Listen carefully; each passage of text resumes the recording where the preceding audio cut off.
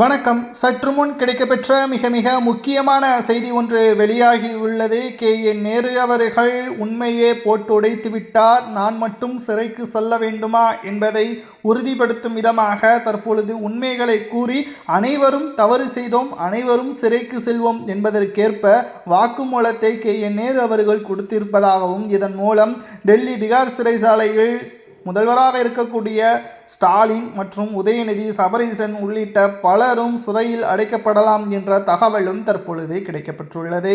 அப்புர்வராக மாறிய KN நேரு அவர்கள் என்ற தகவல் சமூக வலைதளங்களில் வைரலாக பரவி வருகிறது.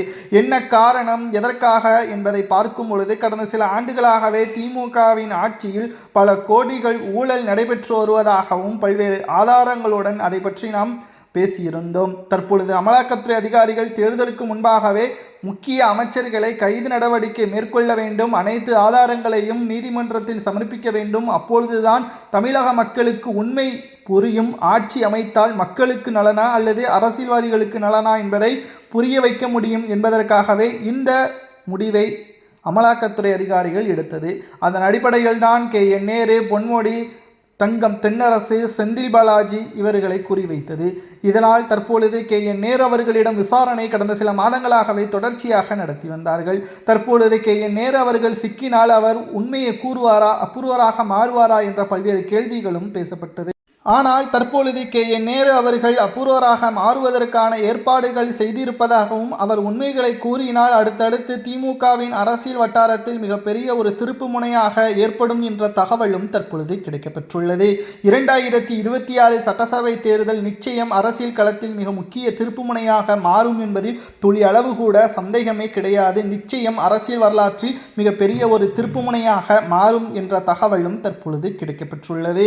KN நேரு அவர்கள் சில உண்மைகளை கூறும் பட்சத்தில் யாரெல்லாம் சிக்குவார்கள் என்று பார்க்கும் பொழுது பொன்முடி, செந்தில் பாலாஜி, உதயநிதி மற்றும் ஸ்டாலின் அவர்கள் உள்ளிட்ட பலரும் இதில் சிக்குவார்கள் என்ற தகவலும் தற்பொழுது கிடைக்கப்பெற்றுள்ளது. சட்டசபை தேர்தல் நடைபெறுவதற்கு இன்னும் 2 மாதங்கள் மட்டும்தான் உள்ளது.